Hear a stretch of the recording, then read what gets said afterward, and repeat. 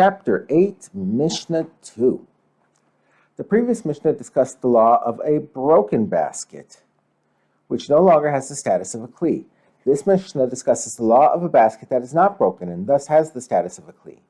If the basket hanging into the oven was whole and thus had the status of a kli, and the same laws would apply if it was a box instead of a basket, and the same laws would apply if it was a flask instead of a basket. In all these cases, since we are dealing with a kli, the law is as follows. If the sheretz is in the kli that was hanging in the oven is tahor, because what is in the kli is not inside the oven, but inside the inside of the oven. And similarly, if the sheretz was in the oven, the foods that are in the kli are tahor, because they are not inside the oven, but inside the inside of the oven. The Mishnah discusses what happens if these containers that the sheretz or foods are in develop a hole.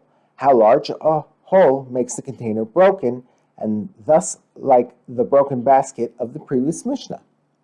If they developed a hole, then it depends on what the container was made to be used for.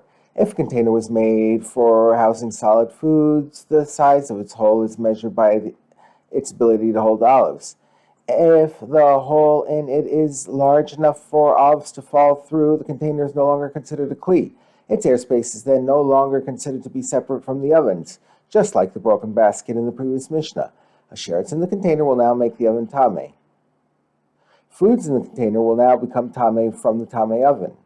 If a container was made for holding liquids, the size of its hole is measured by its ability to hold liquids.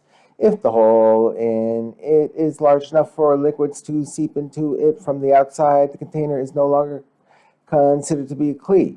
Its airspace is then no longer considered to be separate from the ovens, just like the broken basket in the previous Mishnah. A sheretz in the corner will now make the oven tameh. Foods in the container will now become tameh from the tameh oven.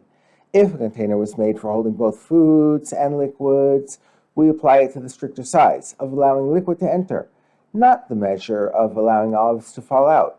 If the hole is large enough to allow liquid to seep into the container, it is considered broken and no longer kli. A sheretz in the container will now make the oven tameh. Foods in the container will now become tameh from the tameh oven.